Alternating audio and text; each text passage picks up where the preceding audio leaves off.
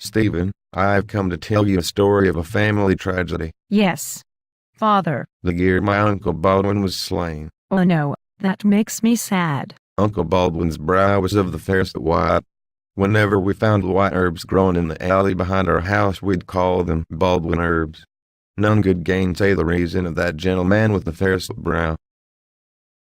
I like to gather Baldwin herbs every May and put them in a wicker basket. Please, Stephen. It's Daddy's time now. Daddy's time to tell of a story so sad and tragic that none but the wind may interrupt.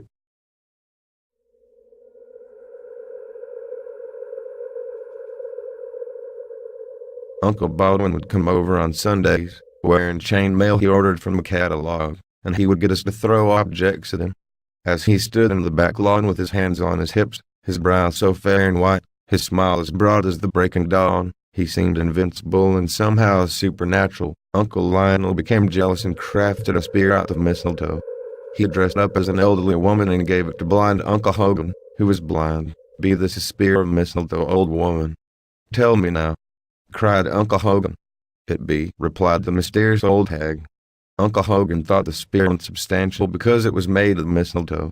And all laughed and all were merry, and the festivities raged well into the afternoon, until Uncle Hogan went to throw the spear of mistletoe. He killed Uncle Baldwin instantly. That very minute we dug a fire pit for Uncle Baldwin and cremated him right there in the backyard. We also threw in his trusted horse, Julian the horse, and also his most faithful manservant, Archie Rogers.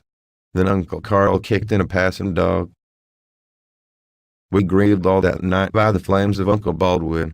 My grandfather swore revenge, and so he met a giant woman, and they had an erotic congress. That very night she gave birth to a son, Frankie. He grew to full adulthood in one day, and slayed Uncle Hogan with a cast iron bat.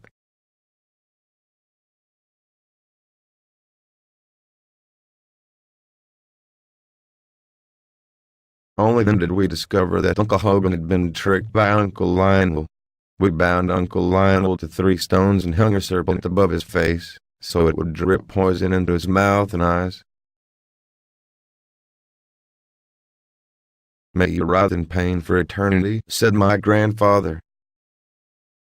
Uncle Lionel would later free himself and run off into the woods, where he shape-shifted into a salmon.